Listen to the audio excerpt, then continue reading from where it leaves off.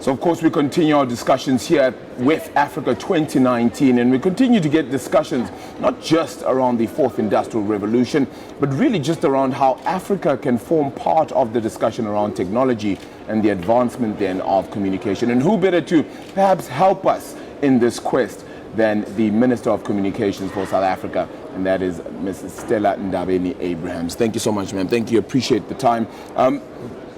Definitely having a discussion around communication in an era where the fourth industrial revolution needs to be, something that is not just quoted, but actually actioned.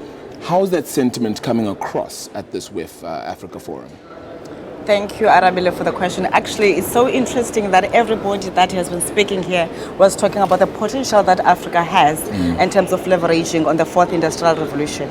We do appreciate the fact that we have been left behind in the previous revolutions, but people are saying, you are here now, we are occupying the space.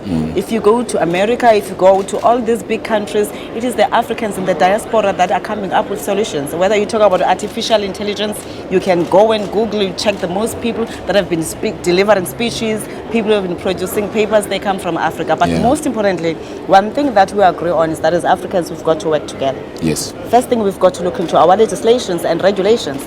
And one other element which is key that has been raised that we have failed to pay attention to is investing in innovation. Therefore, if Africa has to take its rightful place in the fourth industrial revolution, it is high time that all the governments in Africa pay much attention to innovation, but most importantly, to create an enabling environment for innovators to thrive, so that the startups can grow, so that they can provide solutions. As much as we're working with the global companies or the multinationals, people are saying we have solutions in Africa and South Africa.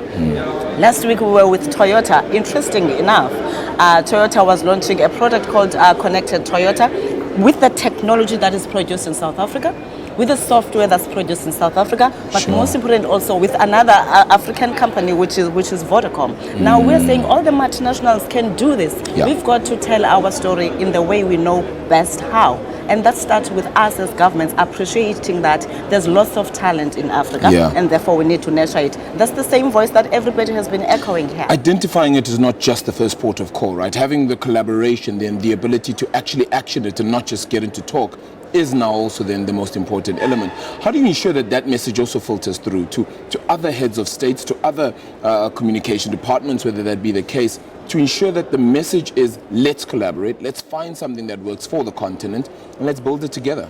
Actually, we started working together as the ministers of Africa in terms of the ICT space.